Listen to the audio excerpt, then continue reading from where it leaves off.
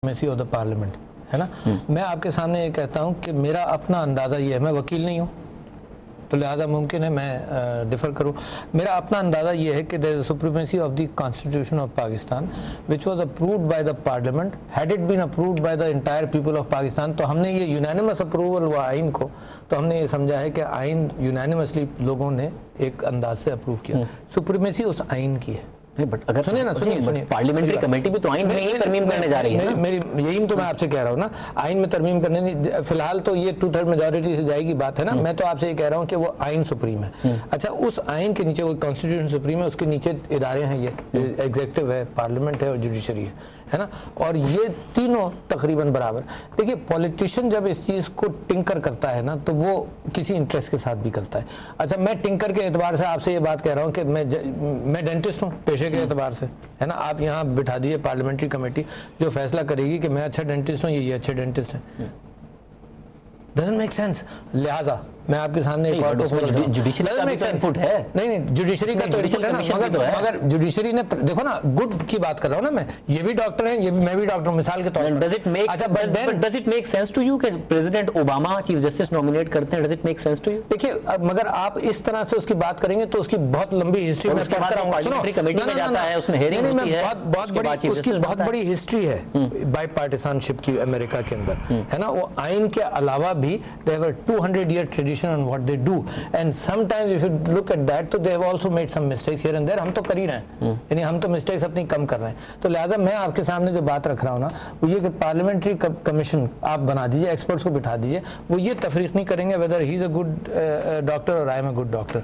ठीक है ना। लिहाजा मैं कहता हूँ ये इनपुट तो किसी प्रोफेशन से भी आनी चाहिए। अच्छा, वो पार्लियामेंट, वो जुडिशरी दे रही है वो इनपुट, ठीक है ना, वो इनपुट। अच्छा, और उसने 3 नाम दे दिए, in order of priority hopefully दिए, in order of priority hopefully दिए, बराबर नहीं दिए, इन ऑर्डर ऑफ प्रायोरिटी। मैं आपसे कहता हूँ कहीं ना कहीं कोई उसूल मान लिए जाए, क्योंकि ये शिफ्ट नहीं होना चाहिए towards the political side that much also. मैं आपके सामने एक और बात रखना चाहता हूँ कि इसको मॉडिफाई किया साइड में बाय पार्टिजनशिप आ रही है with equal members from treasury and opposition, तो वो पॉलिटिसाइज तो नहीं होगा ना मामला? भाई साहब, हुआ है आज तक मेरी बात आप सुनिए, पॉलिटिसाइज इस तरह से हुआ है कि असेंबलीज के अंदर पार्लियामेंट ने मुत्तफिका भी ऐसे अमेंडमेंट्स पास किए हैं जो over a period of time आप कह रहे हैं कि तो बिल्कुल ही गलत है। वो बाई पार्टिसन हुए ना, 2/3 लेवल पर 17th अमेंडमेंट पास हुआ, ये हुआ वो हुआ, and today you are saying कि they are not legitimate. Expect करते हैं इस पार्लियामेंट से भी वही कुछ, नहीं तो इसके बाद भी पार्लियामेंट आएगा ना, इससे नहीं एक्सपेक्ट करते तो आगे वाली से एक्सपेक्ट करेंगे। साहब की बात दुरुस्त है कि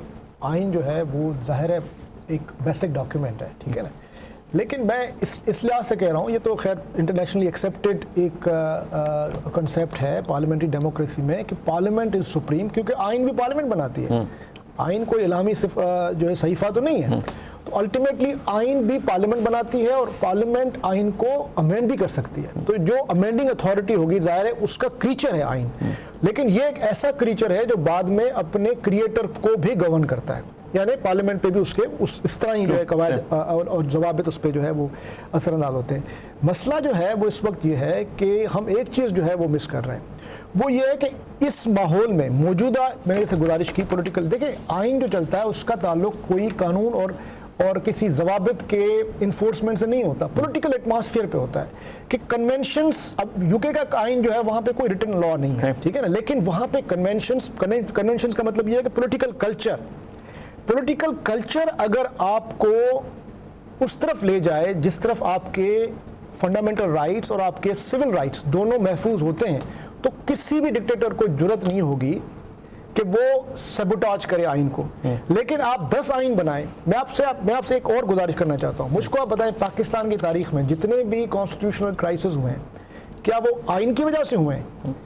56 का आइन बना, 58 में एक डिक्टेटर ने उसको खत्म कर दिया। 62 में आइन बना और वो उस वक्त तक चलता रहा जब तक वो डिक्टेटर खुद मौजूद रहा। फिर 72 का आइन बना, 73 तक चलता रहा जब तक डिक्टेटर खुद चलता रहा। आइन तो यहाँ पे एक्चुअली सिर्फ सस्पेंड हुए हैं या एब्रोगेट हुए हैं, आइन की वजह से क्राइसिस कभी भी नहीं आया। आइन को आके सिंपली सस्पेंड किया गया है, एब्रोगेट किया गया है, या तो ज़ाहिर है जब आइन खत्म हो जाते हैं, वॉइड क्रिएट होता है, तो उस वॉइड में एक पावर की सिमेट्री बनती है जिस पे जुडिशरी भी चलती है, जिस पे आपका एग्जीक्यूटिव भी चलता है और बाकी इदारे भी चलते हैं। अब पहली दफा ये हुआ है कि एक उम्मीद की जाती है कि वो जो एक थ्रेट था, जो आइन के, जो कॉन्स्टिट्यूशनल रूल को डिसरप्ट करता था, वो थ्रेट मेरे ख्याल में कुछ सबसाइड हुआ है, या हो सकता है अल्लाह करे खत्म हो गया। आपके ख्याल में डॉक्टर साहब मैं सिर्फ ये पॉइंट क्लियर कर लूं, तो जब ये थ्रेट खत्म हो गया है, तो अब आप वो रास्ता जो निकल रहा है, वो रास्ता एक ही होता है। दुनिया में ये होता है कि बाय पार्टीजन कमेटीज बनती हैं, मल्टी पार्टी उसमें कंसल्टेशन होती है, रिप्रेजेंटेटिव जो है उसके। तो डॉक्टर साहब का जो क्वेश्चन है वो ये है कि फिर आप एक्सपर्टीज की बात कर रहे हैं कि पार्लियामेंटेरियंस की बात, इसमें मसला है, इसमें मसला ये है कि पार्लियामेंट इसी तरह काम करती हैं, पार्लियामेंट्री कमेटियां भी। अब ऐसा तो नहीं है कि स्पोर्ट्स की जो पार्लियामेंट की कमेटी है उसमें सारे के सारे क्रिकेटर्स होंगे, जो उमूर खारजा की कमेटी है उसमें सारे वो लोग होंगे जिन्होंने इंटरनेशनल रिलेशंस में मास्टर्स किया या बड़े अच्छे डिप्लोमेट्स हैं, या हेल्थ की कमेटी में सारे डॉक्टर्स होंगे। अच्छा, आपने बड़ी अच्छी मिसाल दी। स्पोर्ट्स की कमेटी जो पार्लियामेंट की हरकतें कर रही है ना, वो आप भी जानते हैं। तहरीक इंसाफ का तो बड़ा अच्छा स्टैंड है उस पर, बट मेरा एक general example, that is how parliament works. अब क्या करें? अच्छा, लिहाजा मैं आपके सामने एक बात ये रखना चाहता हूँ कि मैं तो ये समझता हूँ, एक जरा सी इस बहस को थोड़ा सा हटाकर मैं आपके सामने रखता हूँ कि पाकिस्तान के कवानीन, पाकिस्तान का आइन नहीं, पाकिस्तान के कवानीन, पाकिस्तान की हुकूमत, पाकिस्तान के parliaments over the last 62 years has been very elitist. कानून बनता है एलिट के एतबार से, सारे कानून बनते हैं। अच्छा, मैं जुडिशरी से एक्सपेक्ट करता हूं कि कानून मेरे फेवर में भी कोई फैसले करे। मिसाल के तौर पर शुगर है, सारे लोग पार्लियामेंटेरियन शुगर वाले सारे जो बनाने वाले हैं वो पार्लियामेंट में बैठे हैं। अच्छा, बहुत सारी चीज़ें वो ऐसी हरकतें करते रहेंगे और मुसलसल करते रहेंगे कि जिसके अंदर वो स्टेटस को इस्टेब्लिश रखें। मैं अपने ह्यूमन राइट्स के एतबार से मैं एक्सपेक्ट करता हूँ कि जुडिशरी मेरे साथ मुख्तलिफ लेवल्स पर इंसाफ करेगी। लिहाजा I trust the parliament, I trust the parliamentary commissions and committees also, but I have hope in the my judicial rights कि वो इस सियासत से थोड़े से आज़ाद होंगे। लिहाजा मैं एक प्रपोजल देता हूँ आपको। मिसाल के तौर पर ये जो पार्लियामेंट्री कमीशन ने बात रखी ना, उन्होंने ये कहा कि एक तो जुडिशियल कमीशन होगा और बाय पार्टिसान होगा। जुडिशियल कमीशन तो उन्होंने डिस्क्राइब कर दिया, वो तो समझ लो जुडिशरी के पास से प्रपोजल आया 3 जजेस का, ठीक है ना। अच्छा, उसके बाद पार्लियामेंट्री कमीशन जो है वो 2/3 मेजॉरिटी से नामों को अप्रूव करेगी, है ना, उन तीनों में से 2/3 मेजॉरिटी से अप्रूव करेगी।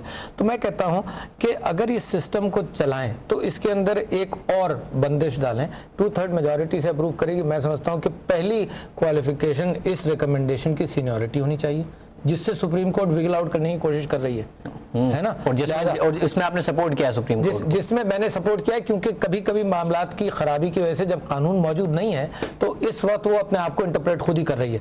It has also come out of a crisis. आप एक पोजीशन ले सकते थे, प्रिंसिपल पोजीशन के लिए सीनियरिटी है। तो लिहाजा जब डिस्कशन हो रहा है ना, तो मैं चेक्स एंड बैलेंसेस के एतबार से कह रहा हूँ कि प्रायोरिटी आप सीनियरिटी को रखें, ठीक है ना। अच्छा, पार्लियामेंट्री कमेटी जो है जब वो फैसला करे, फर्ज को इसको लाना चाहती है ना, तब वो बड़ी सिग्निफिकेंट मेजॉरिटी से इसको ओवरटर्न करे और रीजंस दे, मतलब उसके ऊपर ओनस होना चाहिए कि तुम इस नीचे से ऊपर क्यों ला रहे हो। आप समझे मेरी बात? ये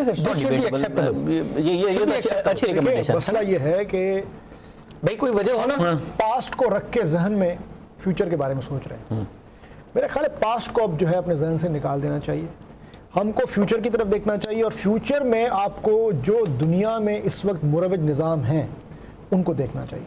अब हम इस खदशात की बेसिस पर सोचेंगे, नहीं खदशात नहीं, 62 साल की हिस्ट्री है, खदशात नहीं है। हिस्ट्री में आपको गुजारिश, अच्छा हिस्ट्री में अगर आप देखें तो आप कहते हैं कि हमारा जुडिशरी पे एतमाद ज्यादा है। मैं कहता हूं हिस्ट्री अगर आप देखें तो जितना जुडिशरी ने इस मुल्क को कॉन्स्टिट्यूशनल क्राइसिस में डाला है, शायद मेरे ख्याल में दुनिया की किसी तारीख में आपको नहीं मिलेगा। मतलब प्रॉब्लम है, दुराब पटेल साहब ने अपनी किताब में लिखा ना कि पूरी कौम जो है वो मार्शल लॉ के आने पे मिठाइयां बांटती है और चंद जजों से एक्सपेक्ट करते हैं कि वो नजरिया हजरत को दफन कर देंगे। वो एक अलग बात है, उस बहस में नहीं जा रहे हम, देखें क्यों हुआ या नहीं हुआ।